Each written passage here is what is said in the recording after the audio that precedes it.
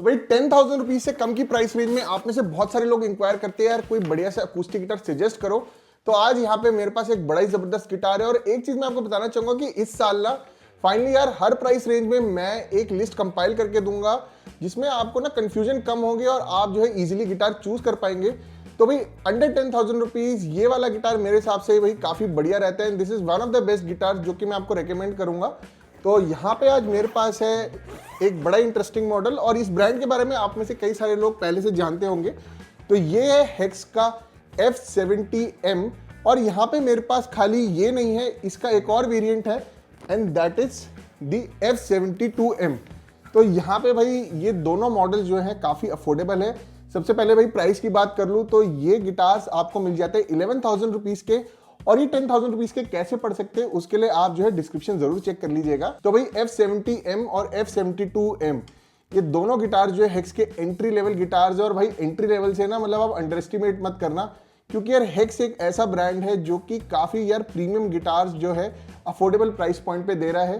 तो यहाँ पे अगर मैं बात करूँ इस गिटार की तो ये है F70M BT और यहाँ पे M का मतलब हो गया मैट फिनिश, यहाँ पे M का मतलब महोगनी नहीं है और यहाँ पे BT का मतलब ब्लूटूथ नहीं है, यहाँ पे BT का मतलब है ब्लैक टॉप। तो यार आप देख सकते हो कि यहाँ पे जो टॉप है वो ब्लैक कलर में है और बैक एंड साइड्स आपको जो है वुडन फिनिश में मिल रही है और ये जो है ये ऑल सेपेले वेरिएंट है। तो चलो अब बात करते हैं स्पेसिफिकेशंस की। तो यहाँ पे F70 और F72 दोनों जो है एग्जैक्टली सेम है, बस यहाँ छोटे छोटे कुछ डिफरेंसेस आपको देखने को मिल जाएंगे जो कि आगे मैं आपको बताऊंगा। तो यहाँ पे सबसे पहले बात करें बॉडी डिजाइन की तो यहाँ पे आपको जो है ऑर्केस्ट्रा मॉडल बॉडी डिजाइन दोनों गिटार्स में देखने को मिल जाता है। और इसके अलावा यहाँ पे कंट्री ऑफ मैन्युफैक्चरिंग की बात करें जो कि कई लोगों के लिए बड़ा इंपॉर्टेंट पॉइंट होता है। तो हेक्स के जितने भी गिटार्स हैं वो इंडोनेशिया में मैन्युफैक्चर होते हैं। तो भाई जिन लोगों को भाई मेड इन चाइना गिटार्स नहीं पसंद वो डेफिनेटली इस ब्रांड को चेक कर सकते हैं। तो यहाँ पे भाई ये गिटार्स भी मेड इन इंडोनेशिया ही है। और अब यहाँ पे बात करें टोन वुड्स की तो यहाँ पे आपको ऑल लैमिनेट कंस्ट्रक्शन देखने को मिल जाएगी दोनों ही गिटार्स में। और यहाँ पे बस जो एक मेन डिफरेंस आ जाता है इन दोनों गिटार्स में वो ये है कि जो F70 है उसमें आपको जो है टॉप में A ग्रेड अकातिस देखने को मिल जाती है और यहाँ पे जो F72 है उसमें आपको A ग्रेड अफ्रीकन सपेले देखने को मिल जाती है। दोनों ही गिटार्स की जो बैक एंड साइड्स है वो बनी है A ग्रेड अफ्रीकन सपेले से। और यहाँ एक बार फिनिश की भी बात कर ले तो ये दोनों गिटार्स आपको जो है मैट सैटिन फिनिश में देखने को मिल जाते हैं जो कि भी काफी बढ़िया ओवरऑल लुक देती है। यहाँ पे कलर ऑप्शंस की बात करें तो एक तो आपको ये हेक्स का F70 BT देखने को मिल जाता है विच इज ब्लैक टॉप जैसा कि मैंने आपको स्टार्टिंग में बताया था। इसके अलावा आपको इसमें एक नेचुरल फिनिश भी देखने को मिल जाती है और यहाँ पे F72 तो है ही जो कि ऑल सपेले मॉडल है। तो इन तीनों फिनिशेस में जो मेरा फेवरेट है वो है ये F70 BT। तो यार ये मेरे को बड़ा ही सही लगता है, मतलब कि जो टॉप है वो ब्लैक फिनिश में हो और जो बैक एंड साइड्स है वो महोगनी या ये सपेले फिनिश में हो। तो मतलब ओवरऑल काफ़ी अच्छी और प्रीमियम लुक निकल के आती है। यहाँ पे अगर बाइंडिंग की बात करें तो यहाँ पे आपको बॉडी पे ABS बाइंडिंग देखने को मिल जाती है और इवन नेक पे भी जो है ABS बाइंडिंग देखने को मिल जाती है विच इज रियली नाइस। दोनों ही गिटार्स में जो नेक है वो बना है नेटो वुड का। नेक प्रोफाइल में यहाँ पे आपको एक स्पेशल फीचर देखने को मिल जाता है कि यहाँ पे जो नेक है काफ़ी कंफर्टेबल है, ये एक स्लिम सी शेप नेक प्रोफाइल है। इसके अलावा यहाँ पे फ्रेटबोर्ड और ब्रिज की बात करें तो यहाँ पे जो फ्रेटबोर्ड है वो बना है टॉरिफाइड मरबाऊ का और जो ब्रिज है वो बना है रोजवुड का। तो यहाँ पे जो टॉरिफाइड मरबाऊ है भाई इसमें टॉरिफाइड वर्ड क्या है, तो भाई टॉरिफिकेशन एक प्रोसेस होता है जिससे कि वुड को ड्राई किया जाता है। तो ये मोस्टली मैंने देखा है कि जो टॉप होते हैं ना गिटार के उसमें ये टॉरिफिकेशन प्रोसेस यूज़ किया जाता है ताकि जो ओवरऑल वुड है वो काफ़ी स्टेबल रहे और मेंटेनेंस में भी ना इजी रहे। तो यहाँ पे फ्रेटबोर्ड में अगर ये टॉरिफिकेशन प्रोसेस यूज़ किया है तो बेसिकली इसका मेन इंटेंट यही है कि भाई फ्रेटबोर्ड में कोई क्रैक्स डेवलप ना हो, इसके अलावा ना मतलब वेदर चेंजेस से फ्रेटबोर्ड उतना इफेक्ट ना हो। तो ये एक बेनिफिट रहता है। अब यहाँ पे बात करें भाई नट और सैडल की तो ये बने हैं प्लास्टिक के। अब एंट्री लेवल गिटार है इसलिए इसमें आपको जो है प्लास्टिक का नट और सैडल देखने को मिल रहा है। अगर आप थोड़े से प्रीमियम गिटार में जाते हैं जैसे कि मैंने हेक्स का D350G रिव्यू किया था तो उसमें आपको जो है ऑयल्ड बोन का सैडल और नट देखने को मिल जाता है। और एक जो खास फीचर मेरे को यहाँ पे हेक्स के अकूस्टिक गिटार्स में दिखा जो कि यूजुअली कोई ब्रांड ऑफर नहीं करता अपनी इंटायर लाइन में, वो भी अफोर्डेबल प्राइस में, वो है कि आपको जो है यहाँ पे 44 mm की नट विड्थ देखने को मिल जाती है। अब जो स्टैंडर्ड नट विड्थ रहती है अकूस्टिक गिटार्स में वो होती है 43 mm, लेकिन कुछ ब्रांड्स अपने कुछ सिलेक्टिव गिटार्स में सिलेक्टिव मॉडल्स में 44 mm की नट विड्थ ऑफर करते हैं। तो भाई 44 mm की नट विड्थ का इतना क्या फर्क है कि भाई इतना मैं इसको एम्फेसाइज करूँ, तो ये जो है काफ़ी हेल्पफुल रहती है, काफ़ी मतलब अच्छा एक्सपीरियंस देती है फिंगर स्टाइल प्लेइंग में। और भाई फिंगर स्टाइल प्लेइंग हो गई, परकसिव स्टाइल प्लेइंग हो गई, ये सब जो है आजकल बड़ी ट्रेंडिंग है। मतलब फिंगर स्टाइल प्लेइंग का तो यार ऐसा सीन है कि इवन जैसे जो बिगनर्स होते हैं वो थोड़ा सा बेसिक सीख के ना फिंगर स्टाइल प्ले करना चाहते हैं, तो यहाँ पे आपको काफ़ी अच्छा एक्सपीरियंस मिलेगा 44mm नट विड्थ में। और इसके अलावा भाई अगर आपके हाथ बड़े हैं, ब्रॉड है, भाई कई लोगों को कंप्लेंट होती है कि मेरी उंगलियां मोटी हैं, मेरे को दिक्कत होती प्ले करने में, तो यह 44mm का भी एडवांटेज आप इस तरह ले सकते हैं। तो थोड़ी सी ब्रॉडर नट विड्थ आपको काफ़ी हेल्पफुल रहेगी।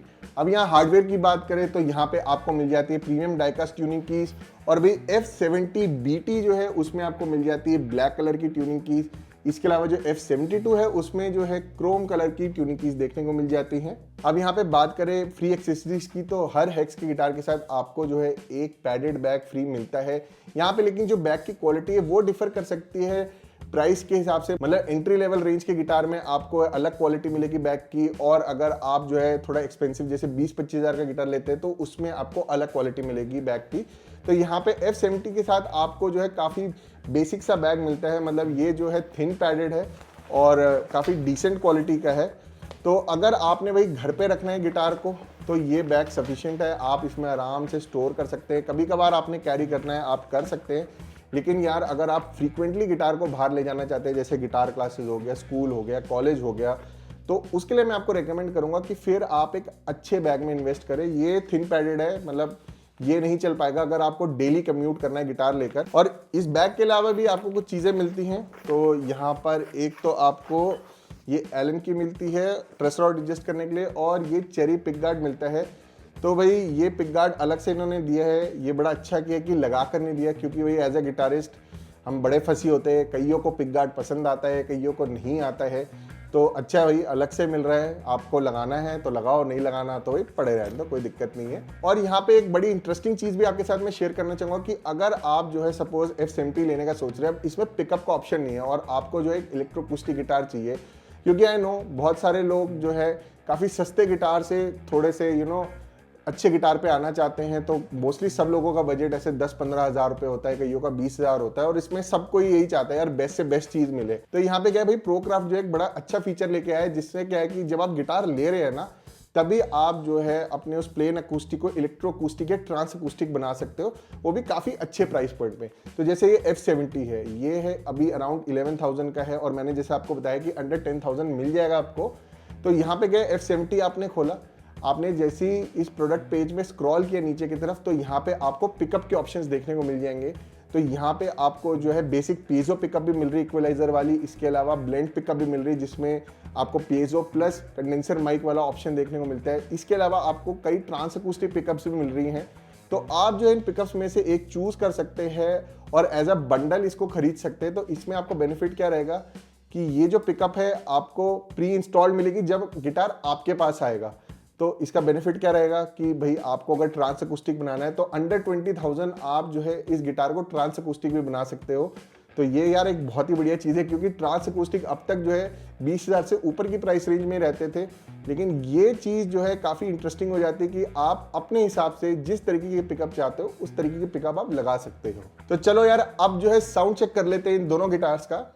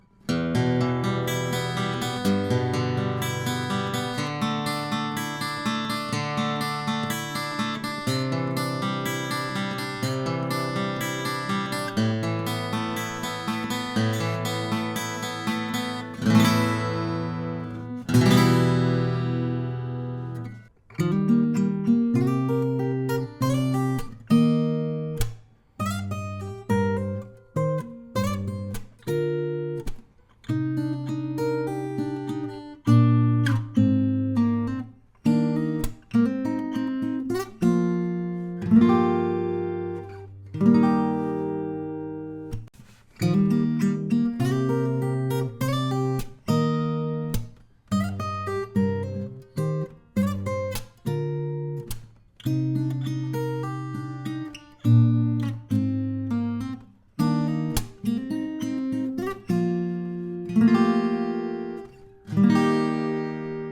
भाई साउंड वाइज दोनों गिटार्स बहुत बढ़िया है, लेकिन कुछ डिफरेंसेस आपको सुनने को मिल जाएंगे।